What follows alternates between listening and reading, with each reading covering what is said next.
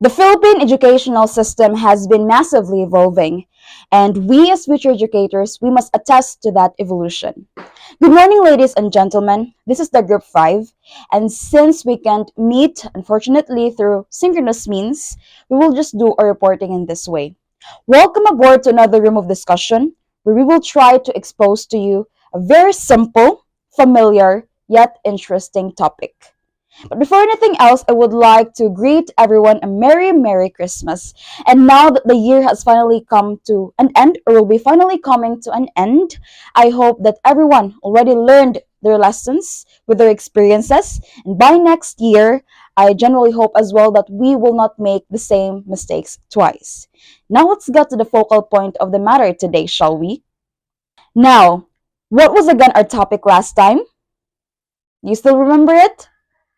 I think I've heard someone. So our topic last time was all about.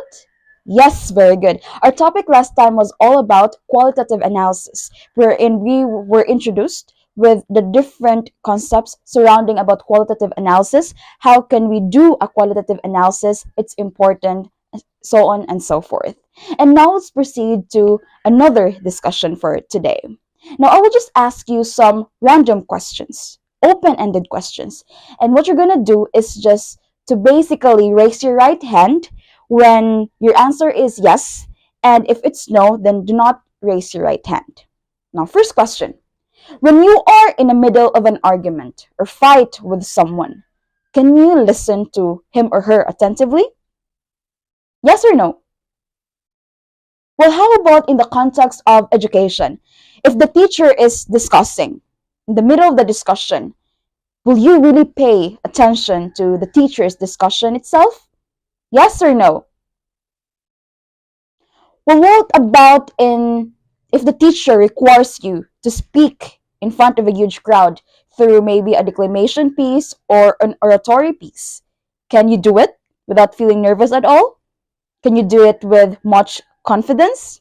Yes or no? Well, what types of books do you read?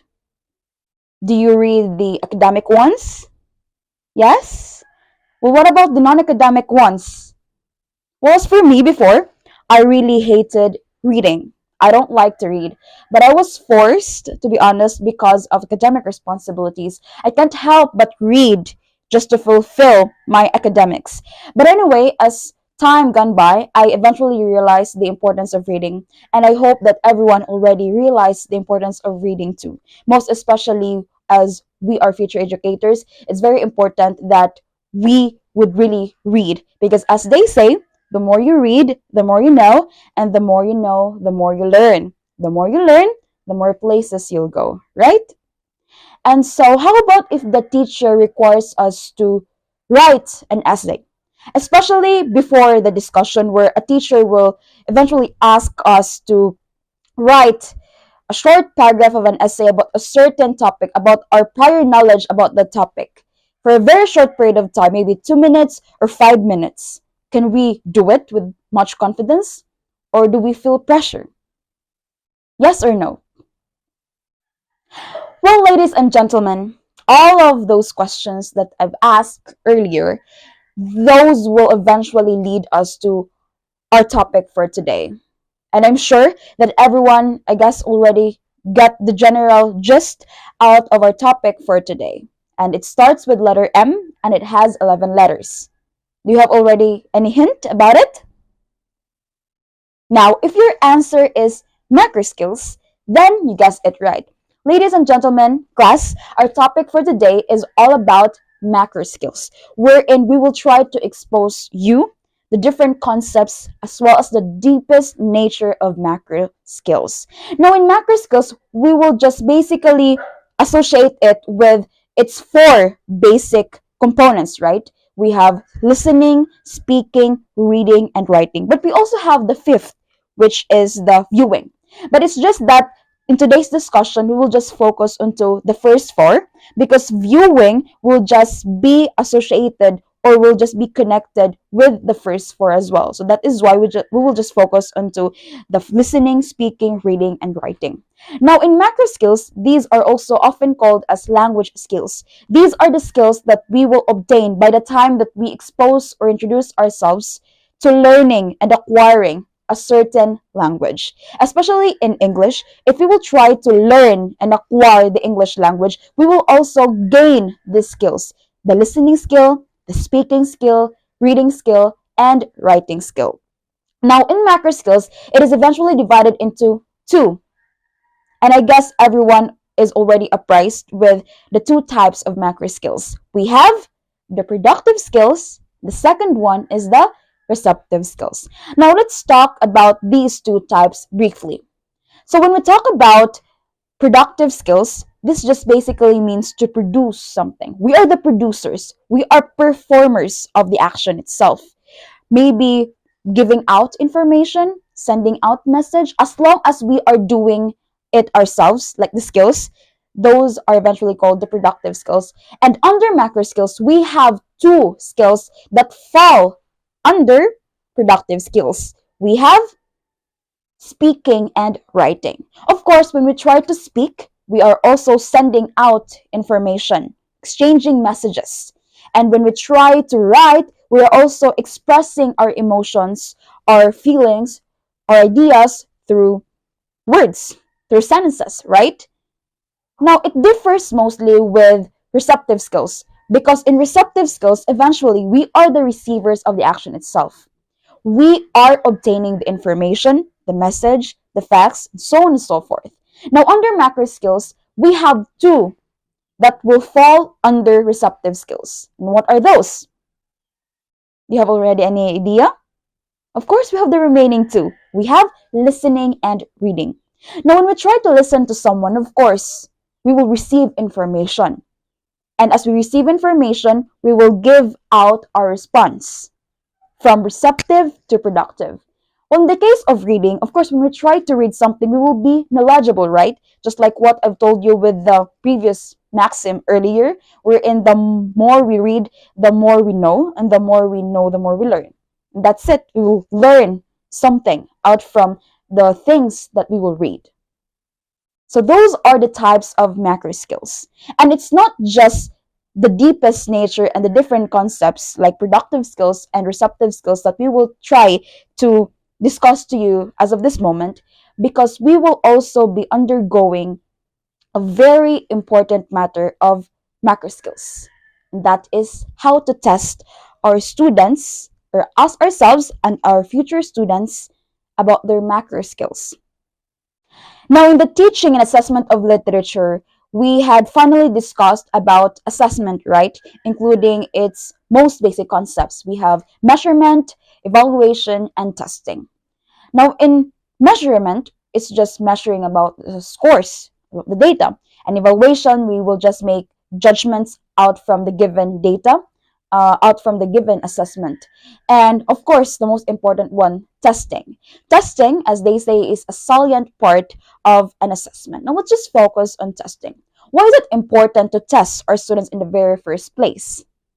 Now, you might not have heard of, but according to the 2022 PISA, or what we call the Program for International Student Assessment, the Philippines was eventually ranked 76th out of the 80 countries in regards to reading comprehension. Not just reading comprehension, but also with math and science. Imagine that we are at the bottom, we are at the lowest, 76 out of the 80 countries.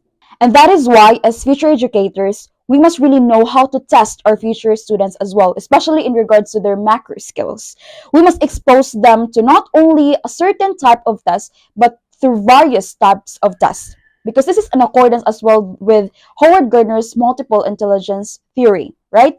Because someone might excel in English, but not in science. Or someone might excel in math, but not in English. We have those different types of scenario. So at the end of the day, we must really know the learning needs of our students so that we can also give to them or implore to them the type of test that is fit to their learning needs. Especially now that these days, most of us students will often regard test as punitive. When we say punitive, it's like a punishment to us. We often regard tests through quizzes or exams as punitive, of punishment, like we are being punished by our teachers just to do the test. And that is why, since we often regard testing as like that, we eventually resort to very intolerable methods, like cheating, for example. Now, how can a teacher still assure that such test is valid, accurate, and reliable when in fact some of the students will retort as well to intolerable methods like cheating or copying someone's work, right? And so we must really ensure that from the very point on that we will expose our students to a certain type of test, we must also give them the purpose of the test so that they will not be confused at all of why they are doing the test in the very first place. And so I hope that at the end of the discussion, as we explore ourselves to the different tests and methods and how to test our students with their macro skills, I hope that we will not take tests as something that is a punishment, but something that is relevant and necessary, not only for testing or measuring or assessing the students' learning, but for their general growth as well. And now, let's officially open our discussion. Let's start with listening first. Now, what type of listener are you? Are you an active listener or are you a passive listener? When we say active listener, you will not just listen, but you will also give the right response from what you have listened. Well, in the case of passive listener, yes, you will listen, but you will not give the right response, right action to what you have listened. So what type are you? Are you the active listener or are you the passive listener? But anyway, just put your answer inside your head because we're going to be discussing right now about listening. Now, us students will often regard listening as the most important skill. It is not only the most important skill, but it is the first skill that we learned. And why is that so? Do you often regard listening as the most important one right now? Yes or no? Do you regard listening as the most important skill out of the macro skills?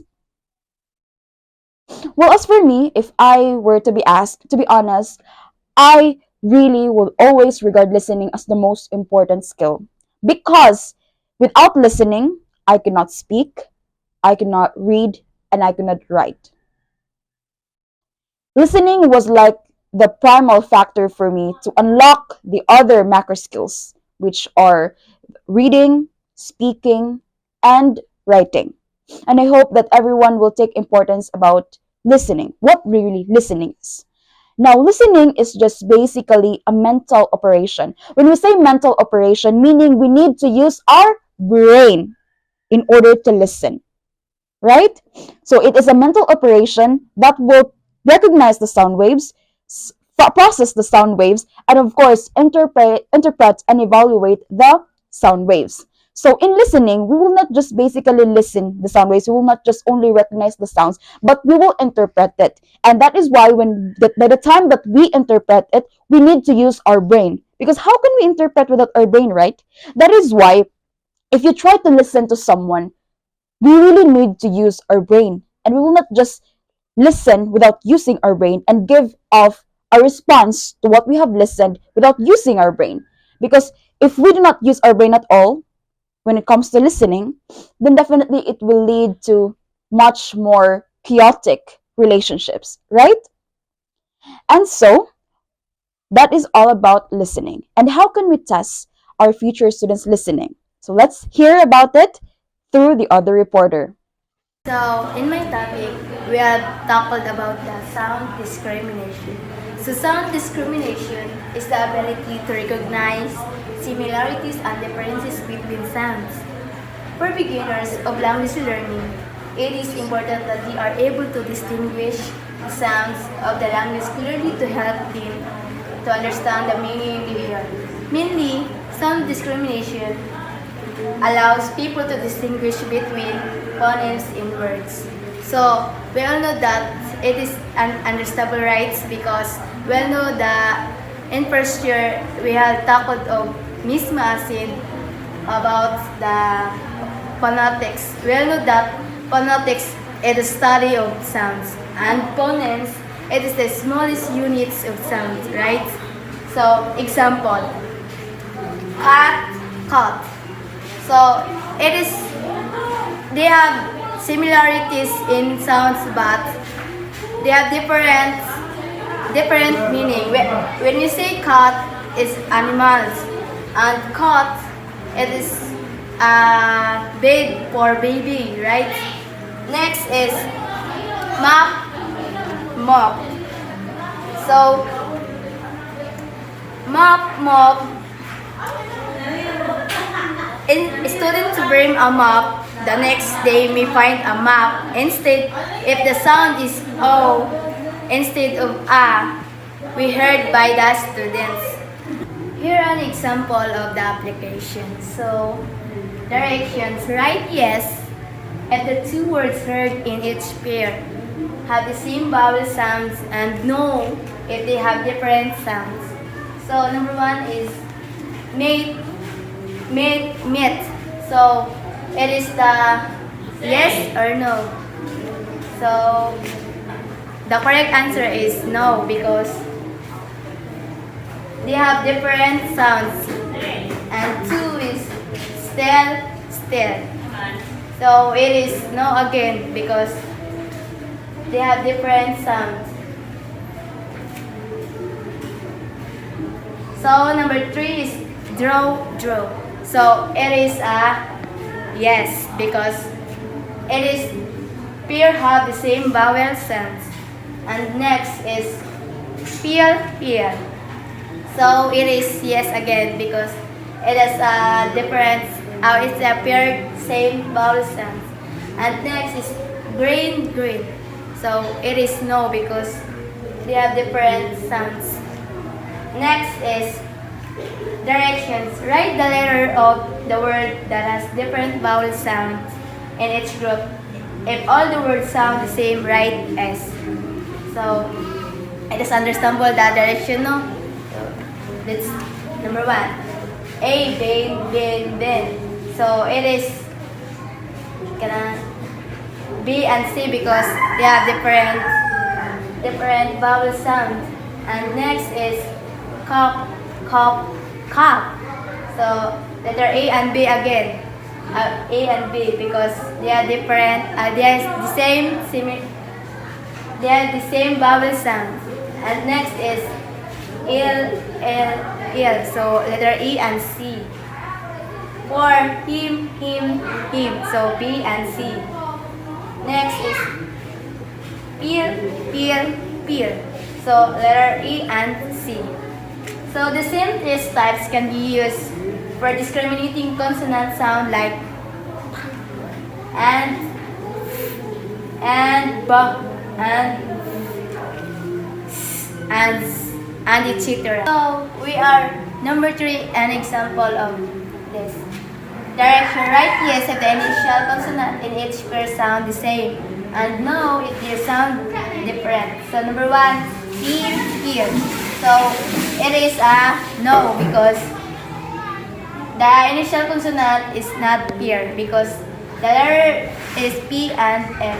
So number two is tout.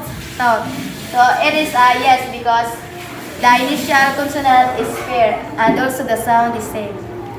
And three, best. So it is no because the sound is the initial consonant is not pair. And four is sip. So it is a yes because the initial consonant is pair and also the sound is same. And last is call. So it is a yes because the initial consonant in its first sound is the same. Okay, so the second skill in listening that can be tested is the listening comprehension.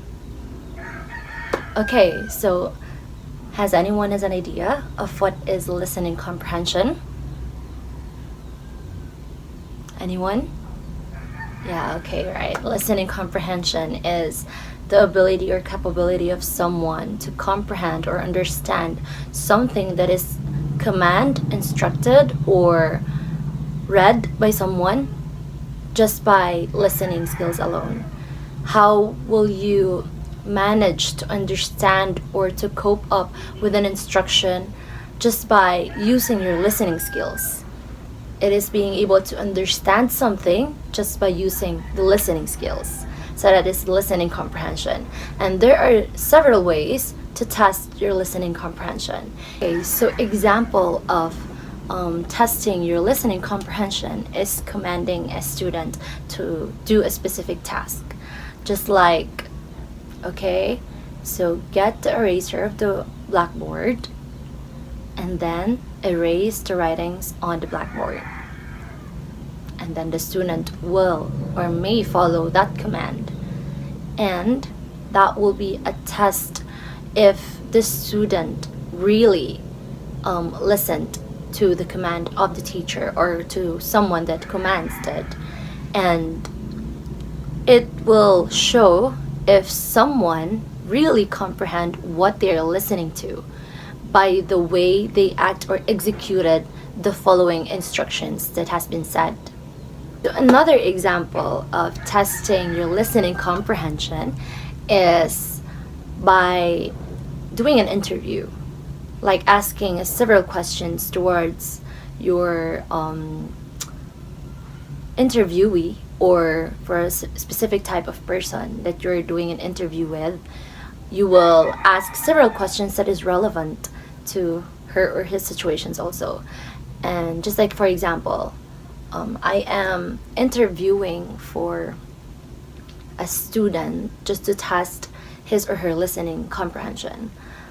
I will ask a question which can really use their higher level of thinking skills, just to use their comprehension skills and also their listening skills. And I will ask that specific student of, what are your parents' occupations? And then so on and so forth. Those questions that will be asked to that person, their answers will identify if they really listened and comprehend the questions that I've said. As what I have said earlier, there are several types of tests that you could do just to test someone's listening comprehension, just like responding to requests, answering to questions, following directions, and repeating messages, and etc. There are several types of tests that you could do just to test or assess someone's listening comprehension. And those are just, those I have mentioned earlier is just a bit of the type of tests that you could do. Just like in listening comprehension, is what I have said, that it will test the type of tests that you will do in listening comprehension should test their listening and comprehension skills. The listening, which is the receptive skills, which enables us to receive information and to communicate with others successfully. That is the definition of receptive skills. And then, so one of the receptive skills is the listening skills, and in the comprehension skills, listening with the intent of understanding is what we call listening comprehension. Like, we are listening because our intention is to understand what has been said or what has been directed by someone who is speaking onto you. So that is listening comprehension. And then several types of tests that you could do to test listening comprehension. There are also level of complexity depending on the level of the knowledge, or also considering the age, the level of understanding, the year level of the students, or other considerations that you have to take into considering before doing the level of complexity of the test that you will be that you will give to the students in order to test your listening skills. It will depend on the considerations that you have to take into considering.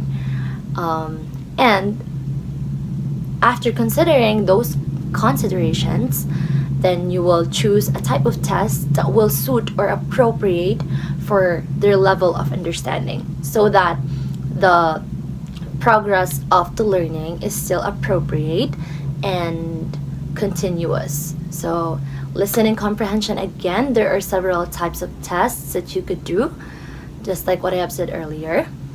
And these are. And also, you could do several types of tests that is in your own like concept, or you could do like a customized type of test. But the important thing is it will test your listening and comprehension skills both at the same time. As you can see, I have a visual aid in front. So today, I just want you to read the direction first. Directions. Listen to the conversation between Joanna and Kyle in school. Encircle the letter of the best completes the sentence based on the conversation. So before we answer the given activity, I want you to listen carefully to the conversation so that you can answer the question carefully, okay? So I will read it now. Tape transcript. Joanna. Hi Kyle, have you written your essay in English 101? Kyle. Not yet. I had to attend the course rehearsal last week. Joanna. Ah yes, I heard you are competing in Malaysia next month. Kyle. But I have been missing some classes because of it. Joanna. You could probably ask our teachers for some makeup assignments. Kyle. See you in class. Class, do you understand the conversation between Joanna and Kyle? So I want you to get a one-part sheet of paper for our short quiz. Okay, number one. Number one. Joanna and Kyle are classmates. A. Only in English 101. B. In several subjects. C. All subjects. 2. Kyle has been absent from classes because he has been attending A. Choir practice. B. Basketball practice. C. Swimming practice. 3. The choir is scheduled to compete in Malaysia. A. Next week. B. Next month. C. Next year. Number 4. Kyle's problem is he has not A. Been attending classes. B. Passed his essay. C. Spoken to his professors yet. Number 5. Which statement best describes Kyle? A. He is a happy-go-lucky student. B. He prioritizes his extracurricular activities over his academic subjects. C. He tries to balance his academic duties with his non-academic interests. Class, are you all done? Okay, kindly exchange your paper with your seatmate. Okay, Jema, what is your answer for question number 1? Correct. Now, letter C. Number 2. Nicole, kindly answer question number 2. Very good. Very good, Nicole. Number 3, Rina, kindly answer the question. Thank you. Very good, Rina. Number 4, Beverly. Very good. Number 5, Giselle. Very good, Giselle. Okay, class, who got the perfect score? Wow, very good. All of you got the perfect score. So, I hope you learned something from this activity. Right? I am here to report my part in the testing the receptive skills in our report, and my part would be reading. So reading is part of the receptive skills because as you read a certain text or a certain story, you receive a knowledge or you gain knowledge from that certain passage. So what is reading? Reading is a process of written symbols and letters and understanding the meaning of them. So in reading, you are not just simply reading the text, but you are also comprehending and understanding what you read. So I have here a story about if the aliens are true or not. And I want you to listen comprehensively and I want you to understand the story for you to answer the questions that will be asked after I read the story.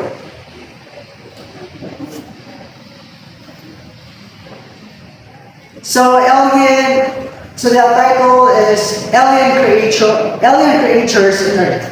Are Roswell and Sedent. In stories, alien creatures have visited the Earth for thousands of years. The ancient Greeks and the Romans told tales of gods who visited the Earth from the heaven and who possessed exceptional powers. Although science has proven that these tales are mythical, people have reported and continue to report seeing unidentified flying objects, or what we call the UFOs, and the extraterrestrial creatures who come to the Earth from outer space. Little evidence exists of most UFOs sightings except the testimony of the witnesses, and without physical evidence, these people cannot prove that their experiences are true. However, a few stories are more convincing. One such event happened on July 5, 1947, near Roswell, New Mexico, USA. On July 5, 1947, Dr. Holden, a professor at Texas Tech University, and some of his students were searching for archaeological sites when they found a crashed site. He reported the site and bodies of alien creatures, Major S.B., who has stations at the Roswell Army Field in 1947. Arrived at the crash site with other military personnel. He immediately cordoned off the area around the craft while it was checked for radiation. Once he knew that there were no danger, photographers took close-up pictures and the military began the discovery operation. Isley and other military personnel questioned Dr. Holden and his students about for further interrogation. Isley instructed them that because the event could threaten national security, they must not repeat the findings. Military witnesses at the site stated that the craft was about 7 meters wide and heel-shaped, with scalloped edges at the back and around the nose. The impact had turned the front, so some of the interior could be seen. They described 5 dead bodies as slender and approximately 1 to 1.5 meters, tall with very large heads and long, thin arms, definitely not human. The facial features were human-like, but the eyes were much larger than humans and the scales were covered with fuzz, not there. Those at the crash knew that brothers were not humans and later told other officers and family members that they had seen creatures. The bodies were put in the bags and taken by the ambulance to the military base. At night, they were taken to Washington, D.C. so that the top government officials could see the bodies. The craft was sent to Wright Field in Ohio, USA, where the Army could study the wreckage. Today, there is no reliable report of an attempted preliminary autopsy at the military base and no report of the craft. And that's the rest of the story. So the story tells us that there is no na wala pa further evidences or further information or the bodies here na found sa autopsy is aliens. So they need to conduct a thorough study for them to know if that bodies we found are aliens. So, so I want you to answer this question. This is scheming to identify the gist. So you need to go back in story for you to answer this question. The whole passage states that the accounts about aliens are A, entirely true, B, absolutely false, C, awaiting confirmation. So what do you think is the answer? Yes, very good. The answer is letter C. Why? Because even though the evidences shows that those bodies that we are found are not humans, but still they need to conduct a thorough study for them to confirm if that bodies they are found are aliens. So that's why the answer is awaiting confirmation. So letter activity B, scanning to locate specific information. So question. When and where did the Roswell incident happen? Anyone from the class? Yes. So it happens on July 5, 1947, near Roswell, New Mexico, USA. Number 2. Who were the direct witness of the incident? Anyone? Yes, the direct witness in the incident is Dr. Holden and his students. Nag-usama sa dito. It is because we conduct a research study and natimingan lang na ato sila sa crash site where there are dead bodies na ilang nakita. Number 3. From the description of the witness, how did the craft and the creatures inside look? Anyone? So according to them, the craft was 7 meters wide and heel-shaped with scallop edges at the back and a rounded nose. And the bodies inside are slender and approximately 1 to 1.5 meters tall with very large head and long thin arms, definitely not humans. Number 4. Where were the craft and the bodies taken and why? So if the bodies were put in bags and taken by the ambulance to the military base, at night they were taken to Washington, D.C. so that the top government officials could see the bodies. The craft was sent to Receptive in Ohio, USA, where the Army could study the wreckage. So the purpose of this is for them to know if the bodies found are humans or aliens. So we have already talked about some of the types of tests in regards to reading. So there are also other types of tests that we can administer to test the reading skill of our students, and these are making inferences and guessing meanings of unfamiliar words through context. So I don't have any visual aiding me here because this is actually not my part, and since we are doing an urgent reporting, I will just basically paste a reference in here in regards to these types of tests. So let's start first with making inferences. So making inferences, from the word itself, inferences, we are to infer, meaning we are to give our opinion about something or a conclusion about something through the structured evidences. So here in making inferences, as you can see, there are statements in here, and there is also a direction which states that encircle the letter corresponding to the correct answer for each sentence. So it's a multiple type of test, and what we're going to do is just to basically encircle the letter that we think that is right based on the statements that are being questioned. So there are statements in here, and these statements actually came from the passage that was read by the other reporter, which was all about the Roswell incident. And so in making inferences, it is always important that there is a passage that we can refer to, not only a passage but maybe a story or a certain literary piece, so on and so forth. But as of this moment, we would have the Roswell incident as a reference for us to justify how to make inferences or how to test students in regards to this type of test. Now, let's have the first item. It is difficult to establish the truth of the stories about aliens because A, there are no eyewitnesses to confirm them. B, there are no physical evidences to prove them, or C, we are just product of mass imagination. So actually, all of the items or all the choices are actually correct, but we need to choose the best answer because that is actually one of the directions, right? When we are immersing ourselves to a certain multiple type of test, to always choose the best answer. And so based on the passage that was read earlier, the best answer for item number 1 is letter B. There are no physical evidences to prove them. Why? Because it is clearly stated in there that it is difficult to establish the truth of the stories about aliens because there are no enough physical evidences to prove them.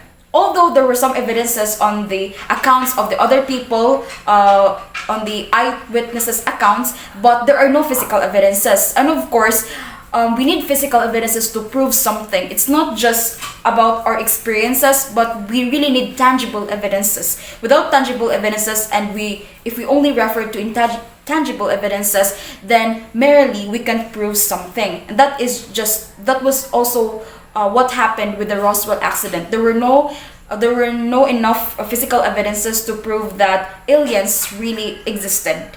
And so let's proceed to number 2. The most probable reason why to date no confirmation of the Roswell incident has been released by the US government is that A, the findings might be a threat to national security. B, the US doesn't have the scientific and technical capability to examine the craft and the bodies to establish valid conclusions. Or letter C, they were discovered as hoax. So, based on the passage that was read earlier, the best answer that we can infer to this item number 2 is letter A. The findings might be a threat to national security. Why? Because just like in number 1, it was clearly stated in the passage that they could not confirm that the Roswell incident really happened and that there were aliens, because again, it might be a threat to national security. Because once people would eventually find out that aliens really exist and that they were already present here through that incident, people would be panicking, right? Or people would be in much chaos, and the government didn't want that. That's why eventually, if the Roswell incident did happen, they wouldn't even release it to the public because again, it might be a threat to national security. So how can we infer that eventually it might be a threat to the national security? I mean, that incident, well, it was again implied in there. It was clearly, explicitly implied that it might be a threat to national security. That was why there was no confirmation that all that such incident has happened. So again, when we are making inferences, it is important that it is backed up with supporting evidences, especially in stories where maybe fictional or non-fictional, it is always backed up by supporting details. So we need the supporting details or supporting evidences to back up our inferences, so that by the time that our answer doesn't coincide with the real answer, we can have the time to defend why is our answer like that, because I have an evidence like this. So it's just like in debate where we try to support evidences to make our claims a bit more relevant or a bit more factual. So that is just about making inferences. And now let's proceed to the second one, guessing meanings of unfamiliar words through context. So this is just so easy. Basically, we are just to identify or determine the meaning of the word based on the given context. So I guess we are already familiar with context clues. So in every sentence, there will always be context clues that will lead us to the answer. And it is just the same with this type of test. We need the context clues itself to lead us to the probable answer. And now in this one, guessing meanings of unfamiliar words through context, we have the direction. Select the most probable meaning of the underlined word based on the context in which it's used in the sentence. So again, it is also a multiple type of test, and what we're going to do is just to select the probable meaning of the underlined words. So there is an underlined word for every item, and what we're going to do is just to determine the meaning of that word. So let's have number 1. People have continued to report that they have seen UFOs and extraterrestrial creatures. So I guess we already have the general idea about extraterrestrial creatures, especially if you're a fan of aliens or sci-fi. So extraterrestrial creatures, although it can be defined as horribly ugly, out of the world, or heavenly, the best answer, probable answer to this one that is closest to the meaning is supernatural. Extraterrestrial creatures are supernatural creatures. So we can say out of the world, but or ugly, horribly ugly, but the best answer that we can give is supernatural. Extraterrestrial creatures are those supernatural beings that, of course, it's supernatural, so we don't believe in them. But once we saw them, that's the time that we might believe them, right? But here in extraterrestrial, again, we have to select the best answer, and the best answer for this one is supernatural. And now for item number 2 to 5, try to guess the answer, okay? So we have number 2. Mayor easily immediately cordoned off the area around the craft while it was checked the radiation. So here number 2, what do you think is the probable answer? The underlined word in here is cordoned. What do you mean by cordoned? Is it letter A, examined, or letter B, investigated, C, enclosed, or D, marked? What do you think? What do you think? So based on the context clue, the most probable answer in this one is letter C, enclosed, because cordoned means to enclose the space, enclose the space around the area so as to prevent people from entering. So of course, when something has happened, especially in a crime, there's really need to cordon the space, or to enclose the space so that people wouldn't really trespass the crime scene, something like that. And how about number 3? Dr. Holden and his students were taken to the air base for further interrogation, and the underlined word in here is interrogation. What do you think is the answer? Is it letter A, examination, B, investigation, C, study, or D, questioning? Interrogation. When we are to interrogate someone, it means that we need to, yes, question that someone. So the most probable answer in here is questioning. For further questioning, because when we are interrogating, we are also questioning that someone. Although examination, investigation, and study are probable answers, but the closest answer to interrogation, its synonym will always be questioning. How about number 4? The skulls were covered with fuzz, not hair. So the underlined word in here is fuzz. What do you think? Is it letter A, fluffy particles, B, rubbery strands, C, sharp objects, or letter D, moles and warts? So fuzz means actually, yes, fluffy particles. So that is the skulls were covered with fluffy particles, like maybe slimy particles, and not hair, like with human hair. And last but not least, number 5 tries to guess the answer again. Science has proven that tales of Greek and Roman gods are mythical. Mythical, right? When we say myth, it's actually legend.